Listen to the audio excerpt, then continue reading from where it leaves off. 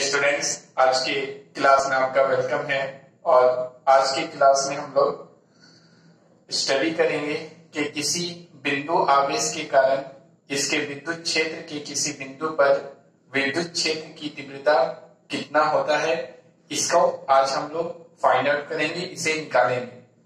तो देखिए, यहाँ पर बोर्ड पर भी हेडिंग बना हुआ है कि हम लोग को क्या निकालना है कि किसी बिंदु आवेश के कारण विद्युत क्षेत्र की तीव्रता निकालना है। अगर कोई बिंदु आवेश है तो उस बिंदु आवेश के चारों ओर विद्युत क्षेत्र होगा और उस विद्युत क्षेत्र के किसी बिंदु पर अगर विद्युत क्षेत्र की तीव्रता निकालना है तो उसे कैसे निकाला जाएगा, इसके बारे में हम लोग आज अध्ययन करेंगे, स्टडी करेंगे। तो सबसे पहले लिखेंगे कि माना कि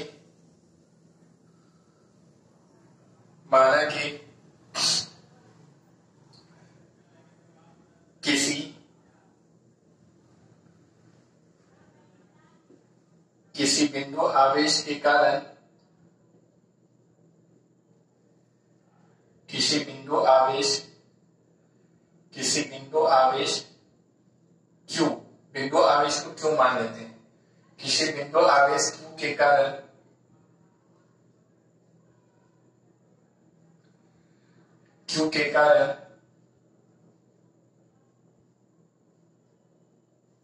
परीक्षण आवेश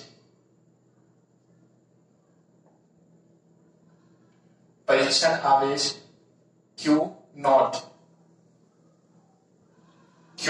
पर F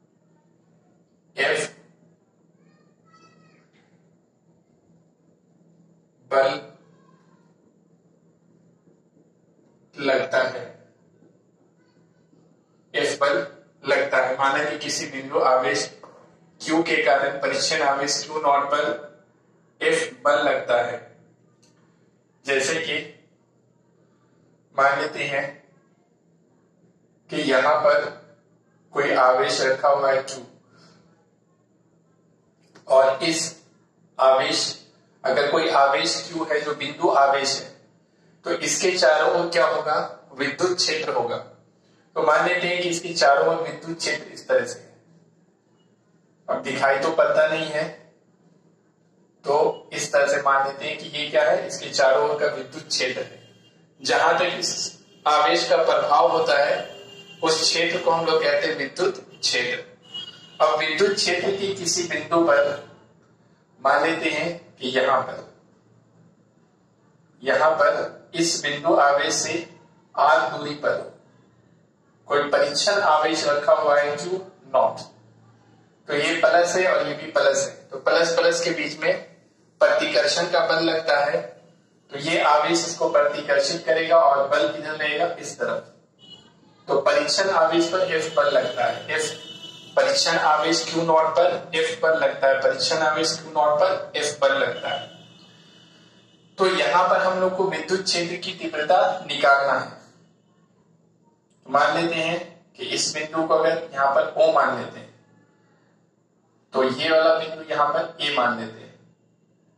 तो इस बिंदु पर हम लोगों को इस आवेश के कारण विद्युत क्षेत्र की तीव्रता निकालना है। इस बिंदु आवेश के कारण यहां से r दूरी पर एक बिंदु है A, यहां पर हम लोग को विद्युत क्षेत्र की तीव्रता निकालना है, जहां पर परीक्षण आवेश Q नॉट रखा हुआ है और इस परीक्षण आवेश पर इसके कारण F बल लगता है। तो यहां पर लिखेंगे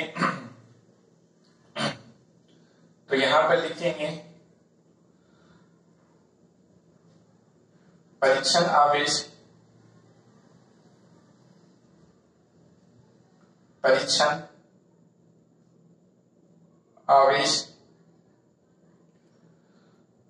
नहीं, ऐसे लिखेंगे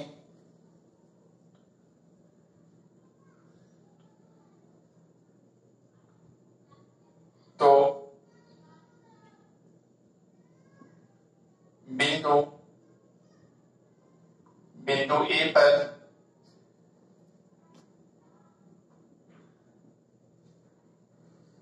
बिंदु आवेश Q के कारण विद्युत क्षेत्र की तीव्रता होगा। तो बिंदु ए पर बिंदु आवेश Q के कारण बिंदु आवेश Q के कारण यहां पर विद्युत क्षेत्र की तीव्रता होगा। E बराबर क्या हो जाएगा? हम लोग क्या जानते हैं कि E बराबर होता है बल बटा, बल को F से सूचित करते हैं, बल बटा परीक्षण आवेश। परीक्षण आवेश कितना है? Q नॉट है। यहाँ पे परीक्षण आवेश Q नॉट रखा हुआ, तो इसके मान लेंगे समीकरण 1। उसके बाद लिखेंगे हम जानते हैं कि F बराबर, यानी कि अगर दो आवेश है तो दो आवेश के बीच में आकर्षण या प्रतिकर्षण का बल लगता है, और इसके बारे में वैज्ञानिक कूलाम ने बतलाया था कि वो बल कितना होता है, उसका सूत्र क्या होता है।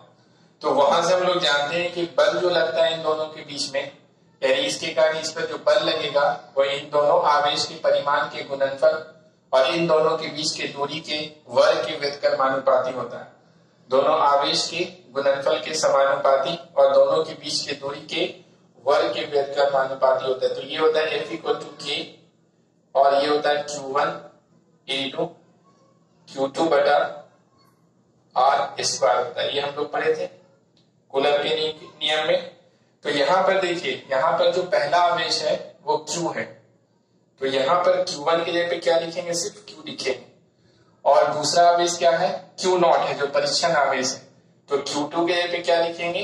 Q नॉट लिखेंगे, यहाँ पे Q नॉट कर देंगे। ठीक है, अगर यहाँ Q1 Q2 होता तो Q1 Q2 लिखते हैं। और दोनों के बीच की दूरी क्या है? R है, तो R का स्क्वायर हो जाएगा। तो इसको मान लेंगे समीकरण 2 मान लेंगे। तो इसके बाद लिखेंगे समीकरण 2 से F का मान समीकरण 1 में रखने पर, समीकरण 2 से F का मान किस में रखेंगे? समीकरण 1 में रखेंगे, यहां पे रखेंगे। तो इस हिसाब से हमारा हो जाएगा E बराबर K Q into Q not और बटा में क्या हो जाएगा? R square. ये तो F का मान हो गया, यहां से यहां रख दिए, और बटा में क्या है? Q नॉट है, तो यहां से बटा में हो जाएगा Q नॉट। तो देखिए इस हिसाब से ये हो जाएगा E बराबर विद्युत क्षेत्र की तीव्रता बराबर K और ये हो जाएगा Q इंटू, इसको बाहर निकालेंगे मॉड से, तो Q नॉट बटा R स्क्वायर और Q नॉट क्या होगा? दोनों एक दूसरे से गुना हो जाएगा। ये Q नॉट कट जाएगा। तो यहां से E बराबर हो गया K Q by R square. देखिए ये हम लोग को क्या मिल गया? बिंदु A पर इस आवेश के कारण विद्युत क्षेत्र की तीव्रता का सूत्र निकल गया। यानी कि अगर कोई आवेश, बिंदु आवेश आपको Q दिया हुआ है, तो Q से R दूरी पर अगर कोई भी बिंदु होगा तो वहां पर विद्युत क्षेत्र की तीव्रता का सूत्र क्या मिला है? E बराबर K Q बटा R स्क्वायर होता है। यानी कि इस बिंदु आवेश पर विद्युत क्षेत्र की तीव्रता इस बिंदु आवेश Q पर और बिंदु जितनी दूरी पर है उस पर निर्भर करता है। यानी R पर, अगर बिंदु यहाँ पर है, यहाँ से अगर 5 मीटर की दूरी पे है तो R क्या हो जाएगा? 5 हो जाएगा। अगर बिंदु यहाँ पर है 6 मीटर की दूरी पे तो R का मान क्या होगा? 6 हो जाएगा। तो इस तरह से E इक्वल टू क्या हो गया? K Q by R square हो गया। अब देखिए E का दिशा, यानी विद्युत क्षेत्र की तीव्रता का दिशा, तो हम लोगों ने इससे पहले वाले क्लास में पढ़ा था कि विद्युत क्षेत्र की जो तीव्रता का दिशा होता है वो बल की दिशा में होता है। तो यहाँ पर हम लोग देख सकते हैं कि इस बिंदु आवेश के कारण इस परीक्षण आवेश पर जो बल लग रहा है वो इस दिशा में है। तो इस दिशा में है तो विद्युत क्षेत्र की तीव्रता बल की दिशा में होता है। तो यहाँ पर विद्युत क्षेत्र की तीव्रता किधर होगा? इसी तरफ होगा, यानी इस तरफ होगा। यानी ओ से ए की तरफ होगा। ठीक है, ये किस दिशा में होगा? ओ से ए की तरफ होगा। तो इसको हम लोग क्या कर सकते हैं कि बल की दिशा पता करेंगे और उसके हिसाब से हम लोग यहाँ पर लिख सकते हैं कि ई का दिशा किधर होगा। अब देखिए, अगर मान लेते हैं कि यहाँ पर धनात्मक बिंदु आवेश है, यहाँ पे कुछ नहीं है तो प्लस साइन है, तो उस समय बल की दिशा इधर होगा, यानी ओ से ए की तरफ। और अगर यही चीज अगर माइनस हो जाए, ठीक है, तो यहाँ पर इसका बल, इसका विद्युत क्षेत्र की तीव्रता का दिशा बल की दिशा में होता है। तो अब ये माइनस और ये प्लस, तो दोनों में आकर्षण का बल लगेगा, यानी बल इस तरफ लगेगा, ये वाला आवेश इसको इस तरफ बल लगाएगा।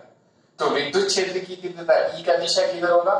तो ई का दिशा एफ की दिशा में होता है। तो उस समय एफ इधर लग रहा है, यहाँ पे माइनस आवेश है, ऋणात्मक आवेश है, तो यहाँ पर बल इस तरफ लगेगा, तो विद्युत क्षेत्र की तीव्रता की दिशा किधर हो जाएगी? इस तरफ हो जाएगी, उस समय इधर नहीं रहेगा। ठीक है, तो इस तरह से हम लोग क्या कर सकते हैं, परिमाण निकाल लेंगे और देखेंगे कि प्लस धनात्मक बिंदु आवेश है कि ऋणात्मक बिंदु आवेश है, उसके हिसाब से क्या करेंगे, यहाँ पर ई का दिशा भी लिखा जा सकता है। तो हम लोग धनात्मक लेके अभी स्टडी किया है हम लोगों ने। अगर ऋणात्मक भी होगा तो कोई दिक्कत वाली बात नहीं है। ये हो गया, इसको चित्र बना लीजिएगा और यहां तक लिख लीजिएगा, जहां ई क्या है? विद्युत क्षेत्र की तीव्रता है। ठीक है, और क्यू क्या है? बिंदु आवेश है, और आर क्या है? बिंदु आवेश से दूरी है। अब देखिए, इसी को अगर सदिश रूप में समझें, अब लिख देते हैं कि इसी को अगर सदिश रूप में अगर लिखना है, सदिश रूप में अगर सूत्र ज्ञात करना है, समझे कि कितना सूत्र होगा, कैसे निकलेगा, तो यहां पे लिख रहे हैं सदिश रूप में। सदिश रूप में विद्युत क्षेत्र की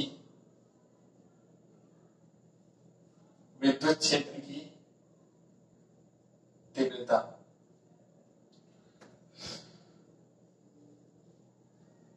तो देखिए, सदिश रूप में अगर मान लेते हैं कि ये कोई बिंदु आवेश है Q, और यहां से यहां पर कुछ दूरी पर एक परीक्षण आवेश रखा हुआ है Q0, ये इसका मान लेते हैं कि विद्युत क्षेत्र है। ठीक है, तो इसको मान लेंगे पहला बिंदु आवेश जो है वो, इसको पहला मान लेंगे, पहला आवेश, और इसको मान लेंगे 2, यहां पर 2 मान लेंगे। तो अब देखिए, अब इन दोनों के बीच क्या सदिश रूप में अगर लिखना है, तो इन दोनों के बीच में क्या करेंगे, एक सदिश राशि खींचेंगे। तो मान लेते हैं कि ये प्लस है और ये प्लस है, तो बल किधर लगेगा? यहां से इधर लगेगा, परीक्षण आवेश में बल इधर लगेगा। तो यहां से एक सदिश राशि खींचेंगे यहाँ, इस सदिश राशि का नाम देंगे R, और 1 से किधर खींच रहे हैं? 2 की तरफ, तो 1 2 हो जाएगा। सदिश राशि के ऊपर क्या करेंगे, इसका चिन्ह देंगे, और बल भी क्या है? सदिश राशि है, तो यहां पे भी एक चिन्ह दे देंगे। ठीक है, अब देखिए, अगर यहां से यहां तक का जो सदिश है वो अगर R12 है, तो यहां से यहां तक की लंबाई कितनी होगी? लंबाई को कैसे व्यक्त करेंगे? तो इसी का क्या ले लेंगे? मॉड ले लेंगे, है ना। इसी का क्या करेंगे, अगर यहां से यहां तक कोई सदिश R12 है, तो यहां से यहां तक की लंबाई कितना हो जाएगा? इसकी लंबाई हो जाएगा R12 का, ये क्या हो जाएगा? मॉड हो जाएगा। ठीक है, तो ये यहां से यहां तक की लंबाई हम लोग को मिल गया। तो अब देखिए, हम लोग लिखेंगे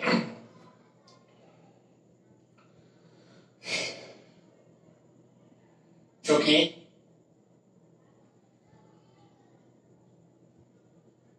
विद्युत, नहीं ऐसे लिख देंगे, डायरेक्ट लिखेंगे, हम जानते हैं कि F बराबर, अगर बल को सदिश रूप में लिखना है तो हम लोग इसको पढ़े थे, कूलम का नियम सदिश रूप में, है ना, ये भी पढ़ाया था, हमने पढ़ाया था डिटेल से कूलम का नियम सदिश रूप में। तो अगर ये आपको समझ में नहीं आए तो आप एक बार क्या करेंगे, कूलम का जो नियम है वो सदिश रूप में जो हमने पढ़ाया है, तो वीडियो के प्लेलिस्ट में जाने के बाद, चैनल के प्लेलिस्ट में जाने के बाद आप वहां से उसको रिवाइज कर देंगे, तो फिर ये वाला ठीक से आपको समझ में आएगा कैसे कैसे लिया जाता है। उसमें हमने डिटेल से बताया। तो और उसमें हमने इन दोनों के बीच लगने वाले बल के बारे में, वो सदिश रूप में कैसे लिखा जाएगा वो भी बताया है। उसी को डायरेक्ट वे में यहां से लिख रहे हैं डायरेक्टली। तो F बराबर उस स्थिति में बताए थे कि K, और ये हो जाएगा आपको Q पहला आवेश, उसके बाद दूसरा आवेश Q0, और बटा में क्या हो जाएगा, यहां से यहां तक की दूरी या यहां से यहां तक की लंबाई। तो लंबाई कितना है या दूरी कितना है, R12 का मॉड है, तो ये होता था R12 का मॉड, और यहाँ पे पावर कितना होता था Q, और यहाँ पे क्या होता था, ये सदिश राशि लिखेंगे R12, ये डायरेक्टली हमने लिखा है वहां से कूलम के नियम से जो एक बल होगा हमारा। तो देखिए, तो अब लिखेंगे समीकरण, इसको मान लेंगे समीकरण 3 मान लेंगे। तो लिखेंगे समीकरण 3 से F का मान समीकरण 1 में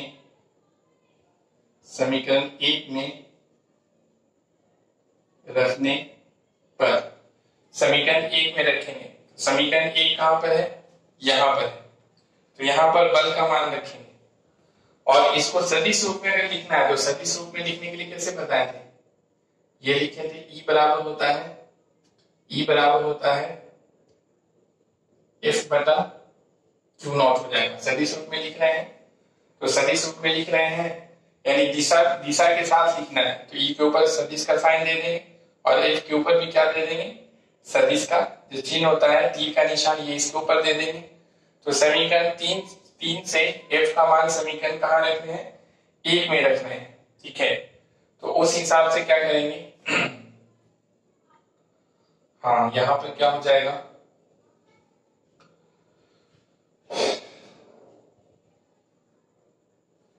यहाँ पर थोड़ा कंफ्यूजन हो जाएगा कि यहाँ पर तो तीर का निशान है नहीं, तो वहां पे कैसे ले रहे हैं।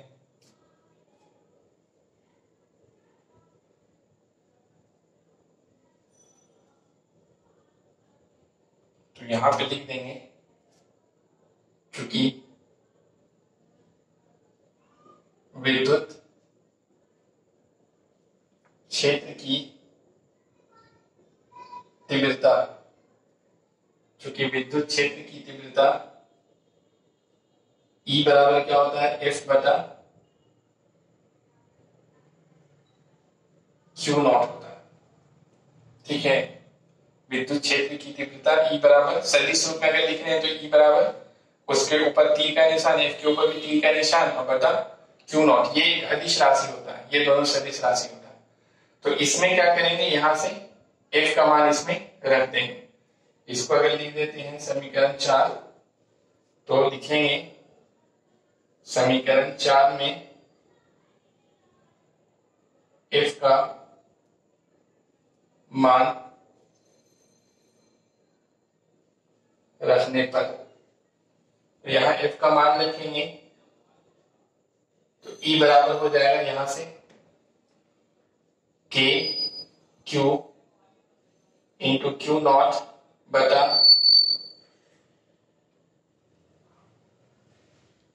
और ये लिखेंगे R12 का मॉड, और यहां पे लिखेंगे R12, और नीचे में क्या है, ये तो F का ये पूरा मान हो गया, नीचे में क्या है Q0 है, तो यहां से लिखेंगे Q0, इसको यहां पे कर देंगे तो अच्छा रहेगा, ठीक है। तो ये देखिए, ये Q0 और Q0 क्या होगा, कट जाएगा।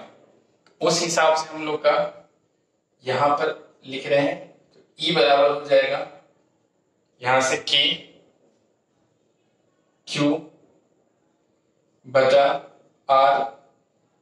R12 का पावर क्यूब और R12, ये आ गया आपका विद्युत क्षेत्र की तीव्रता, किस रूप में, सदिश रूप में हो गया। यानी परिमाण और दिशा दोनों के रूप में ये सूत्र आ गया। और ये वाला सूत्र जो है सिर्फ परिमाण के रूप में। परिमाण निकालने के बाद क्या करेंगे, देखेंगे कि बिंदु आवेश प्लस है कि माइनस है, और उसके हिसाब से यहाँ पे क्या करेंगे, दिशा लिख सकते हैं हम लोग।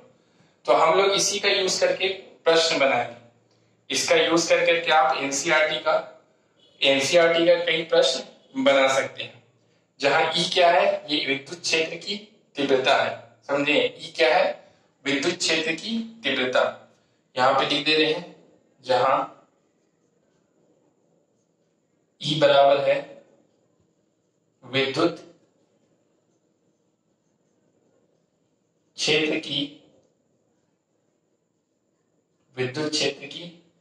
तीव्रता है। तो ये हो गया